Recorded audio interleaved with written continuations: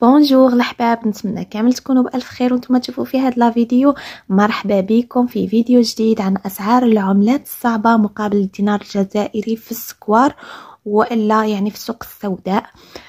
بون، قبل ما نبداو الفيديو ما تنساوش لايك وكومنتير وبارطاجوا الفيديو مع الحباب باش تعم الفائده وباش ما نتكلخوش كي نجيو نشرو شويه فليسات تاع دوفيز. كما تعرفوا الاورو هاد الايامات راه في تذبذب، شويه يزيد وشويه ينقص. كما راهو نقص ومن بعد بدا عاد رجع بدا يزيد.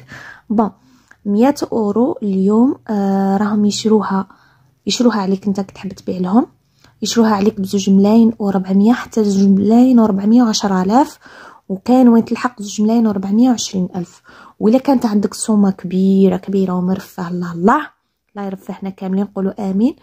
يشروها اكثر يعني من 10,000 اورو، يشروها عليك بزوج ملاين و430 الف. كيبيعوا لك زوج ملاين و460 الف. هذا بالنسبه للاورو هو اللي راه اكثر اهميه من العملات تاع الدوفيز. 100 دولار يشروها عليك زوج ملاين و310 الف حتى لزوج ملاين و320 الف. كي يبيعوا لك زوج ملاين و360 الف. 100 باوند يشروها عليك زوج ملاين و800 حتى زوج ملاين و850. كيبيعوا لك بزوج ملاين و900 حتى زوج ملاين و950. بون، السوم كبيره هي اللي يشروها عليكم زوج ملاين و850. هذه هي الاسعار ديال نهار اليوم.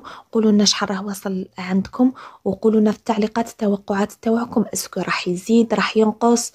وجهونا كاع اللي عنده خبرة في هذا المجال ما يبخلناش. Thank you very much على المشاهدة.